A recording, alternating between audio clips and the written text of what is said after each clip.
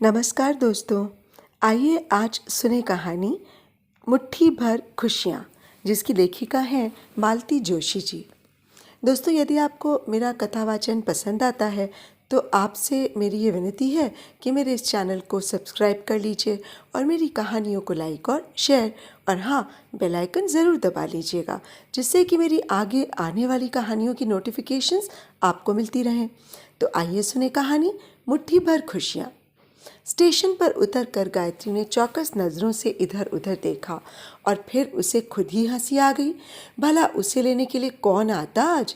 किसी को उसके आने की खबर भी है? सब कुछ जानते हुए भी मन थोड़ा उदास हो आया। कोई स्टेशन पर रिसीव करता है तो अच्छा लगता है, मन को थोड़ा बल मिलता है कि चलो, अपने आने से सामने वाला खुश हुआ है। वैसे उसने स्वयं ही इस बार सोचा था कि इस तरह अचानक पहुंचकर गिरीश को और वीणा को सुखद आश्चर्य में डाल देंगी। कल शाम की डाक से ही गिरीश का पत्र मिला था, उसका प्रमोशन हो गया है। पहले तो तार करने की सोची थी, फिर ख्याल आया कि तार तो सभी कर लेते हैं, वो तो स्वयं जाकर अपने छुटकू को आशीर्वाद देगी। वो सिर्फ उसकी दीदी ही तो नहीं है, अम्मा और बाबूजी की भूमिका भी तो उसे ही निभानी है। गिरीश देखेगा तो दौड़ कर लिपट जाएगा, वीणा से कहेगा, देखो मैंने कहा था ना, दीदी का मन नहीं मानेगा, पत्र पहुंचने भर की देर है, खुद चली आएंगी। और उस एक वाक्य के साथ रास्ते की सारी थकान उतर जाएगी। रिक्शे में बैठकर घर की ओर जाते हुए वो यही सब सोच रही थीं। एक अव्यक्त उत्कंठा से उनका बल्लियों उछल रहा था। घर के सामने रिक्शा रुकते ही उसने बड़ी आशा से ऊपर देखा, पर रविवार की सुबह घर सोया पड़ा था। उसके कहने पर ड्राइवर ने एक दो बार हॉर्न भी बजाया। गायत्री ने सोचा था कि हॉर्न सुनते ही घर में हलचल मच जाएगी, बच्चे उछलते हुए सीढ़ियाँ उतरेंगे और झूल जाएंगे। गिरीश दौड़ा दौड़ा आएगा और उसके हाथ से सामान ले लेगा, पर वैसा कुछ नहीं हुआ। आसपास के घरों की खिड़कियों से दो चार चेहरे झांके और फिर सब कुछ सामान्य हो गया। निराश हो वो नीचे उतरी, पैसे चुकाए और फिर सूटकेस उठाकर बोझिल कदमों से सीढ़ियाँ चढ़ने लगी। उसका उत्साह एकदम आधा रह गया था। घंटी बजाने के बाद भी कुछ देर प्रतीक्षा में खड़ा रहना पड़ा। फिर चप्पलों का घिसटना सुनाई दिया। वीणा का इस तरह पैर घसीट कर चलना उसे इतना बुरा लगता है। बड़ी जल्दी आ गए तुम? बोल्ट खोलते हुए वीणा ने कहना शुरू किया, पर सामने गायत्री को देखते ही शब्द जैसे उसके मुंह में ही जम गए। बड़ी देर बाद वो बोल पाई, दीदी आप? फीका सा हंसती गायत्री और अंदर चली आई। वो ड्राइंग रूम के दरवाजे तक पहुंच चुकी थी, तब वीणा को होश आया। दौड़कर उसने सूटकेस ले लिया। ड्राइंग रूम में बेतरतीब रखे सोफे पर गायत्री निढाल होकर लेट गई। 8 घंटे की कष्टकर यात्रा उसे एकदम पस्त कर गई थी। कल झांसी तक उसे खड़े खड़े आना पड़ा था। पैर एकदम जवाब दे गए थे। चाय लेंगी ना दीदी आप? वीणा ने दरवाजे में खड़े होकर पूछा तो उसे गुस्सा चढ़ाया। भला ये भी कोई पूछने की बात है? बना दोगी तो ले लूँगी, उसने बुरा सा मुंह बनाकर कहा। तब जाकर वीणा को अपनी भूल का एहसास हुआ। स्वर को यथाशक्ति विनम्र बनाकर बोली, मेरा मतलब था पहले ब्रश करेंगी या? गायत्री ने कोई जवाब नहीं दिया। उसी तरह आंखें मूंद कर चुपचाप लेटी रही। वीणा चाय बनाने चली गई। गिरीश जगा नहीं अब तक? चाय पीते हुए उसने पूछा। जी वे ज़रा बाहर निकल गए हैं। और बच्चे? बच्चे भी। दरअसल ये बच्चों को छोड़ने ही गए हुए हैं। मालवीय नगर में मेरी एक कज़न रहती है ना, कभी कभार छुट्टी में बच्चे उसके यहाँ चले जाते हैं। गायत्री को लगा पता नहीं किस मुहूर्त में घर से निकली थी। हर कदम पर हताश होना पड़ रहा है। बच्चों को वापस बुलवाने का प्रस्ताव उसके होठों तक आकर रुक गया। क्या पता बच्चे इसे पसंद करें या ना करें। नीचे स्कूटर की आवाज़ सुनाई दी और वो अपना आलस झाड़कर उठ बैठी। सोचा था दरवाज़ा खोलकर उसे चकित कर देगी। तब तक वीणा दौड़कर बाहर पहुंच गई थी। दीदी आई हैं, दरवाज़ा खोलते ही उसने बताया। एकदम कैसे? गिरीश ने फुसफुसा कर पूछा। मुझे क्या पता, वीणा बोली। खिड़की से सब कुछ देख सुन लिया था गायत्री ने, पर वो बड़ी शांत मुद्रा में सोफे पर आकर बैठ गई। गिरीश भी अंदर आया। तब वो चेहरे का असमंजस पूछ चुका था। आते ही उसने दीदी के पांव छुए, तब गायत्री को याद आया कि वीणा ने उसके पाँव नहीं छुए थे। अचानक पहुंचकर उसने इतना भौचक्का कर दिया था वीणा को कि साधारण शिष्टाचार भी वो भूल गई थी। और सुनाओ दीदी, क्या हालचाल है? वहीं सोफे पर दीदी के बगल में बैठकर गिरीश ने पूछा। हमारे क्या हालचाल होंगे, वही रूटीन लाइफ चल रही है। कल की डाक से तुम्हारी खुशखबरी मिली, बस इसीलिए चली आई। सोचा खुद चलकर आशीर्वाद दे आऊं। वंडरफुल, ये हुई ना बात। अरे कॉन्ग्रेचुलेट करने वाले तो बहुत हैं, पर आशीर्वाद देने वाली तो बस हमारी महामहिम दीदी ही है। दीदी के कंधे पर गाल रगड़ते हुए गिरीश ने कहा। गायत्री भीतर से पुलकित हो आई। बस इसी एक वाक्य के लिए तो वो इतना कष्ट, इतना खर्च झेलकर ग्वालियर से यहाँ तक आई है। गिरीश के मनोभावों का प्रतिबिंब वीणा की आंखों में देखने की आशा से उसने सिर उठाया तो देखा वो गोल गोल आंखें घुमाकर गिरीश को कुछ इशारे किए जा रही है और एक हाथ उठाकर वो उसे बराबर आश्वस्त कर रहा है। उसे यूं घूरते हुए वीणा ने देख लिया और दोनों ही सकपका गईं। अपनी घबराहट छिपाने के लिए कमरे में इधर उधर नजरें घुमाते हुए गायत्री ने कहा, गिरीश, तुमने तो सिर्फ प्रमोशन का लिखा था, तुम्हारा ट्रांसफ़र तो नहीं हुआ था ना? ऐसा कमरा बिखरा बिखरा सा लग रहा है। दरअसल बात यह है दीदी, गिरीश ने एक एक शब्द चबाकर कहना शुरू किया, आज शाम को हम लोग एक पार्टी कर रहे हैं। अरे वाह, तब तो मैं बड़े मौके से आ गई हूँ, गायत्री ने उत्साह में भरकर कहा। बताओ भाई, क्या क्या करना है? आराम तो अब रात को ही करेंगे, एक आध डिश हम अपनी पसंद की भी बनाएंगे। वैसे तुम लोगों का प्लान क्या है? घर पर ही बनेगा या कहीं कॉन्ट्रैक्ट दे रखा है? गायत्री ने देखा उसके उत्साह की कोई वांछित प्रतिक्रिया नहीं हुई। दोनों पति पत्नी अर्थपूर्ण दृष्टि से एक दूसरे को घूरते रहे। किसी पशु पेश में थे दोनों ही। बात यह है दीदी, बड़ी देर बाद गिरीश ने संभल संभल कर कहना शुरू किया, शाम की पार्टी आज ज़रा अलग किस्म की है। तुम तो जानती ही हो, आजकल ये सब बड़ा कॉमन हो गया है। ना करो तो लोग आलोचना करते हैं, मजबूरन करना ही पड़ता है। इसीलिए तो बच्चों को भी बाहर भेज दिया है। तुम्हारे आने का पहले से पता होता ना तो किसी और दिन रख लेते, पर अब तो बड़ा मुश्किल है, कार्ड्स तक बढ़ चुके हैं।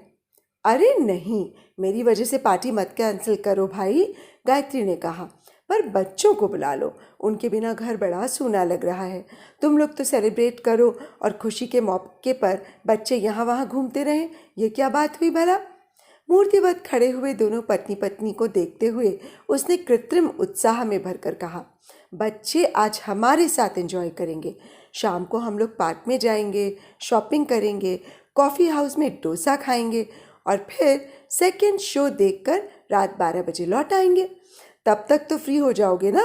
सुबह की छत्तीसगढ़ से मैं लौट जाऊंगी, अब रात का सफ़र नहीं करूंगी, बहुत थकान हो जाती है। गिरीश एकदम उछल कर खड़ा हो गया। देखो वीणा, मैं हमेशा कहता हूँ दीदी इज़ अ स्पॉट। मैं अब भी फ़ोन करके आया और वो बच्चों की तरह दौड़ता हुआ सीढ़ियाँ उतर गया। दीदी आप नहा लीजिए तो थोड़ा फ्रेश हो जाएंगी, तब तक मैं नाश्ता बना रही हूँ, वीणा ने कहा। अब उसका स्वर और चेहरा दोनों ही सामान्य हो गए थे। दीदी के अचानक आगमन से जो तनाव मन पर आ गया था वो दूर हो गया था। नाश्ते का झंझट रहने दे वीणा, हल्का सा खाना ही बना लो, जल्दी से खा पी कर मैं थोड़ा सो लूँगी, तुम लोगों को भी तैयारी के लिए दिन भर का समय मिल जाएगा, गायत्री ने थके स्वर में कहा।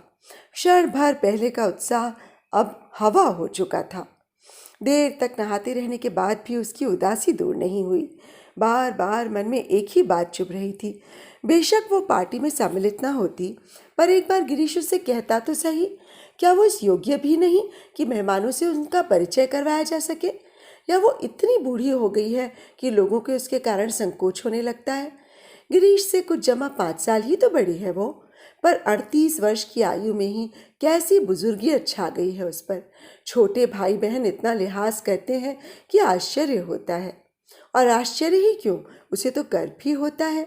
अपने सभी परिचितों के बीच वो बड़े गौरव से इस बात का बखान करती है, अपने स्टाफ मेंबर्स के बीच बड़े अभिमान के साथ इसकी चर्चा करती है। अपनी पुराणपंथी सास के नाम से रोने छींटने वाली मिसेस चौबे से हमेशा कहती, बड़ों का मन रखने के लिए अपनी कई इच्छाओं को दबाना ही पड़ता है मिसेस चौबे। अब वीणा को ही देखो, मेजर की लड़की है, पर एक दिन मिसेस चौबे ने चिढ़कर कह ही तो दिया था, आपकी बात और है दीदी, कभी कभार जाती हैं तो आदमी जब्त कर ही लेता है, पर ये तो जिंदगी भर हमारे सिर चढ़ी रहेंगी।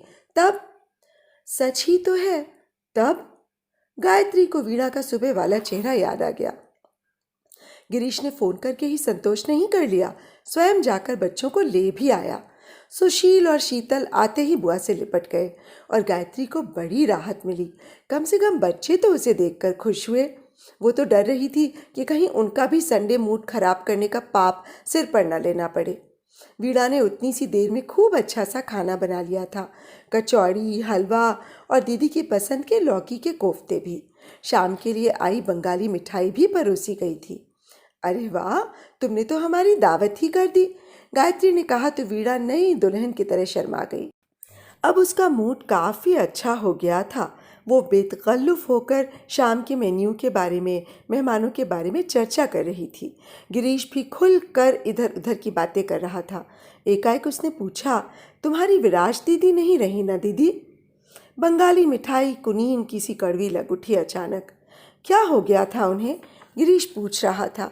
गायत्री ने उसे कुछ देर तक ध्यान से देखा और फिर धीरे से बोली, एक्सीडेंट हो गया था, तुम्हें लिखा था ना मैंने, तुम्हारा पत्र भी पहुंचा था। अरे हाँ, याद आया, बच्चे वगैरह हैं ना उनके? हाँ, 2 लड़कियां हैं, रूबी और रोज़ी। तुझे शायद याद नहीं, रूबी को पढ़ाया भी है तुमने कुछ दिन। ओह यस, अब तो काफ़ी बड़ी हो गई होगी।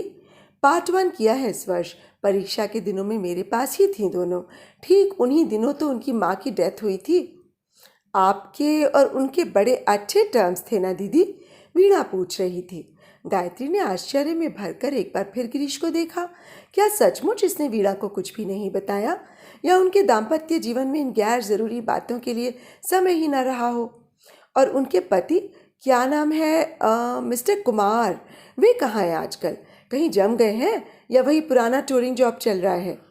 जॉब तो वही है, पर बच्चों को भाई भाभी के पास आगरा छोड़ा हुआ है आजकल।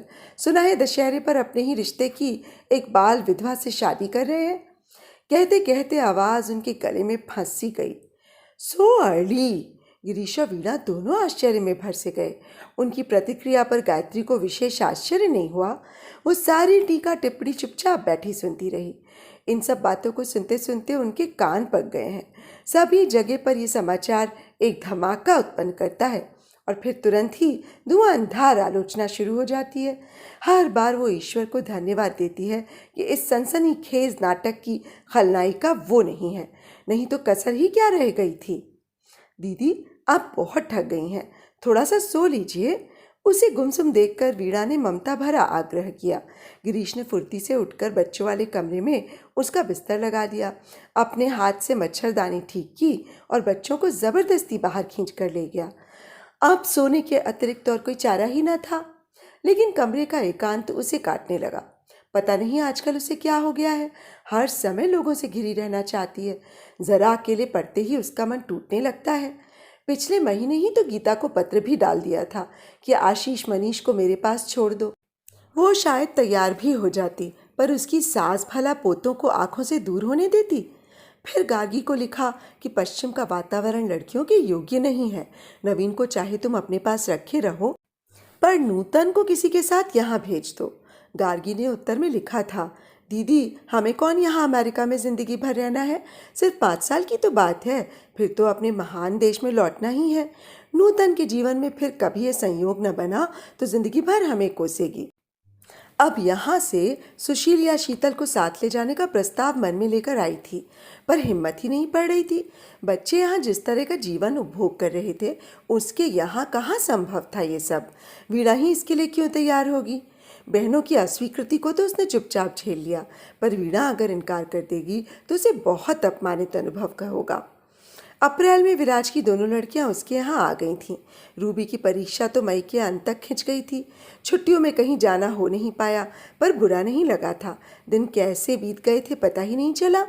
किसी के लिए जल्दी घर लौटना, सुबह शाम खाना बनाना, नाश्ता तैयार करना, सोते समय ज़बरदस्ती दूध पिलाना, ये सब अच्छा लगता था। वैसे तो सब इसी घर में बच्चे रहकर पढ़े थे पहले, पर तब ये सब करने के लिए माँ थी। वो तो सिर्फ कमाने भर की हकदार थी।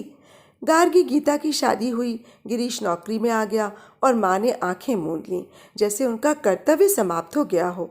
अपने सब कर्तव्यों से निपटने की उन्हें इतनी जल्दी थी कि गीता को 18 पूरे भी न करने दिए। पर गायत्री की किसी ने चिंता ही नहीं की। माँ जीवित रहती तो शायद उनकी जिद के कारण गायत्री की शादी हो भी जाती, पर 28 वर्ष की अल्पायु में उसे घर की बड़ी बूढ़ी बनाकर माँ चली गई। तब से ये निपट अकेलापन ही उसके हिस्से में आया है। गीता यहाँ पास ही में शिवपुरी में ब्याही है, पर बड़ी बहन है। वो इसलिए वहाँ बार बार जाना तो दूर, पानी भी वहाँ का पीना उसके लिए पाप है। गार्गी के घर का वातावरण उतना दकियानुसी नहीं है, पर वो स्वयं इतनी दूर जाकर बस गई है। ले देकर एक गिरीश का घर धरा रह जाता है, पर छुट्टियों में अक्सर वीणा भी अपने बच्चों को लेकर माँ के पास चली जाती है। गायत्री फिर अकेली पड़ जाती है। विराज, हाँ विराज ज़रूर अपनी थी। पूर्व जन्म के किसी संयोग से ही वो आ मिली थी, नहीं तो स्टाफ में इतनी टीचर्स थीं, पर हर एक से मन थोड़े ही मिल पाता है। बहनों के बिछोह का दुख, माँ के देहांत का शोक उसने विराज के बल पर ही झेला था। उसने और उसकी फूल सी दोनों बेटियों ने ही उसे उबार लिया था। कुमार साहब अक्सर बाहर रहते, इसलिए वक्त बेवक्त कुछ देखना नहीं पड़ता था। जब मन करता वहाँ पहुँच जाती थी। हमेशा हंसती मुस्कुराती विराज को काल कितनी क्रूरता से उठा ले गया था। अब भी याद आता है तो दिल दहल उठता है। मृत्यु उसने पिता की भी देखी थी, पर वे बीमारी से इतना जर्जर हो चुके थे कि उनकी मृत्यु सभी को त्राण दे गई थी। माँ भी मन से शायद कब की मर चुकी थी। शरीर घिसट रहा था, सो एक दिन वो भी समाप्त हो गया। लेकिन विराज, उफ, उसके पति के रिश्तेदारों के आने तक वो किसी तरह सब संभाले रही। उसने लड़कियों को अपने घर के पास फटकने तक न दिया था। परीक्षा के बाद जाने से पहले जब उस सूने घर में सामान समेटने के लिए पाँव रखा, तो लड़कियों से लिपटकर वो स्वयं भी इतना रोई जैसे विराज की अर्थी अभी अभी उठी हो। अकेलेपन का एक भयानक एहसास उस दिन उसे पहली बार हुआ। जुलाई में विराज के कुछ क्लेम्स लेने के लिए कुमार साहब आए थे। उसने उन्हें खाने के लिए घर पर आमंत्रित कर लिया। पुराने संबंधों की खातिर इतना तो करना ही था। चलते समय फिर कितना विचित्र प्रस्ताव रखा था विराज के पति ने। वो तो सन्न रह गई थी। रोष से तमतमा गया था उसका चेहरा। तमक कर बोली, उसकी चिता तो ठंडी हो जाने देते आप। यही सोच लीजिए कि उसकी जगह आप ही अचानक चले जाते तो क्या वो ऐसा दुस्साहस कर पाती? आप गलत जगह आ गए हैं कुमार साहब। आप उसके साथ विश्वासघात कर सकते हैं, मैं नहीं। उनसे कुछ जवाब नहीं बन पड़ा था। चुपचाप उठकर चले गए थे। रूबी का रिजल्ट आया तो गायत्री ने ही तार द्वारा उसे सूचित किया था। उसे ही सबसे ज़्यादा चिंता थी उसकी, पर 2 शब्दों का धन्यवाद का पत्र भी नहीं आया। लगा जैसे इतने किए कराए पर पानी फिर गया है। अगस्त के शुरू में एक दिन मिसेस खोसला ने स्कूल में बताया कि रूबी आई है सर्टिफिकेट आदि लेने। गायत्री का राखी के लिए बाहर जाने का अंदेशा था, इसलिए मिसेस खोसला के यहाँ ठहर गई है। बहुत अपमान सा लगा उसे। स्कूल से छूटकर सीधे मिसेस खोसला के घर गई और उसे लिवा लाई। गायत्री को मना कर दे, इतना साहस रूबी में नहीं था। डैडी ने मना कर दिया था ना यहाँ आने के लिए। घर पहुँचते ही गायत्री शुरू हो गई। मना तो नहीं किया था, पर वे बोले कि आंटी बहुत नाराज़ हैं। नाराज़ अगर हूँ भी तो उनसे, तुमसे तो मेरी कोई लड़ाई नहीं। फिर वहाँ क्यों रुकी तुम? एक वही घर मिला तुम्हें रुकने के लिए। उनके देवर लोगों की कीर्ति तुमने सुनी नहीं है क्या? गायत्री ने धुआंधार डांटना शुरू किया। रूबी चुपचाप सिर झुकाए सुनती रही। रात उसने सोते समय धीरे से कहा, आंटी आप डैडी पर बेवजह नाराज़ हैं। दरअसल वो सजेशन मेरा ही था। क्या? इस तरह चौंकिए नहीं आप, सच ही कह रही हूँ। डैडी एकदम अकेले पड़ गए हैं। पहले भी टूर पर ही रहा करते थे, पर तब लौटने के लिए घर तो होता था। अब तो रोज़ी को हॉस्टल में डाल दिया है। मुझे भी शायद मौसी के पास लखनऊ भेज देंगे। ताऊ जी की अपनी ही इतनी बड़ी फैमिली है, वहाँ तो हम लोगों का खपना मुश्किल है। फिर क्या? आज तो हम लोग कैसे भी गुजारा कर लेंगे। दूर रहना रास नहीं आया तो ताऊ जी के पास पड़ोस में ही 2 कमरे लेकर पड़े रहेंगे। पर कब तक? हम लोग क्या हमेशा डैडी के पास बंधी रहेंगी? कल को हम लोगों की शादी हो जाएगी, तब उन्हें देखने वाला कोई नहीं रहेगा। हम लाख चाहेंगे फिर भी वे हमारे पास तो आकर रहेंगे नहीं। अपने देश में ऐसा होता ही कहाँ है, और हम ही को शायद वो अच्छा ना लगे। आश्चर्य से देखती रह गई गायत्री। इन 4 महीनों में कितनी बड़ी हो गई है लड़की। अभिभावकों की मृत्यु बच्चों को कितना प्रौढ़ बना देती है। पिताजी की मृत्यु के समय वो केवल 18 वर्ष की ही तो थी, पर जिम्मेदारियों ने एकदम कितना समझदार बना दिया था उसे। रूबी 2-4 दिन रही, पर फिर इस विषय पे कोई बात नहीं हुई। जाने वाले दिन स्टेशन के रास्ते गायत्री उसे समझा रही थी, देखो रूबी, मेरी ओर से डैडी से क्षमा मांग लेना। उस दिन शायद मैं बहुत ऑफ हो गई थी, पर सोचकर देखो तो, अगर ये संबंध हो भी गया तो लोग कैसी कैसी बातें करेंगे। इसका संबंध तुम्हारी मम्मी की मृत्यु से जोड़ने में भी वे नहीं हिचकिचाएंगे। गायत्री दबकर बोल रही थी। 38 वर्ष के अविवाहित जीवन में भी उसने अपनी एक इमेज स्थापित कर ली थी। वो उसे कलंकित नहीं करना चाहती थी। रूबी ने प्रत्युत्तर में कुछ भी नहीं कहा।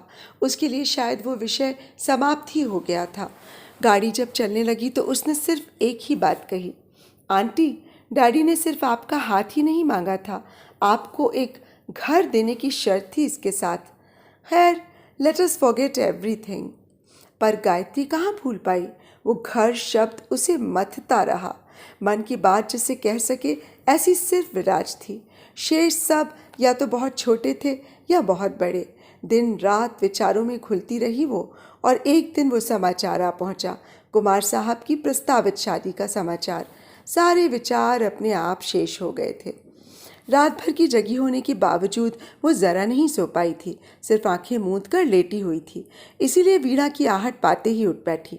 तिपाई पर चाय रखते हुए वो क्षमा याचना के स्वर में बोली, माफ़ करना दीदी, आपको जगाना पड़ा, पर ये दोनों राक्षस हैं ना, कब से मेरे प्राण खा रहे हैं। बड़ी मुश्किल से इनको रोक रखा है। कप हाथ में लेकर गायत्री कमरे से बाहर निकल आई। घर का नक्शा ही बदला हुआ था। उसने घूम घूम कर सारी व्यवस्था का निरीक्षण किया, साज सज्जा की प्रशंसा भी की, कुछ सुझाव दिए, 2-1 फूलदान अपने हाथों से सजाए। वीणा की शाम की वेशभूषा के विषय में पूछताछ की, फिर स्वयं तैयार होने चली गई। बच्चे तो जाने कब से तैयार बैठे थे। शाम को 6 बजे वे घर से बाहर निकल गए, और चलने से पहले पिछले दरवाजे की चाबी लेना नहीं भूली गायत्री। पहले वे लोग मयूर पार्क गए। वहाँ कुछ देर बैठने के बाद न्यू मार्केट चले गए। बच्चों के लिए खेल, खिलौने, कॉमिक्स, टॉफ़ी आदि खरीदने के बाद फिर कॉफ़ी हाउस पर धावा बोला गया। डोसा, सांभर वड़ा और आइसक्रीम खाई गई। फिर बुआ की मेहरबानी से बच्चों को एक एक पान भी खाने का सौभाग्य प्राप्त हुआ। फिर वे लोग रंग महल में जाकर बैठ गए। पिक्चर बच्चों के लायक तो नहीं थी, पर वे एंजॉय कर रहे थे। शीतल को सारे गाने मुँह जुबानी याद थे, और सुशील मोटर रेस पर ढिशुम ढिशुम कर बेहद खुश हो रहा था। वे लोग घर लौटे तो 12:30 हो रहे थे। धीमे कदमों से सीढ़ियाँ चढ़कर वे लोग पिछले दरवाजे से घर में दाखिल हुए। घर एकदम शांत था, पर वातावरण में सिगरेट तथा दूसरी चीज़ों की गंध इतनी तीव्र थी कि लगता था कि लोग अभी अभी उठकर गए हैं। बच्चे तो इतना थक गए थे कि बिस्तर पर पड़ते ही सो गए। आज का दिन उनका बहुत अच्छा बीता था।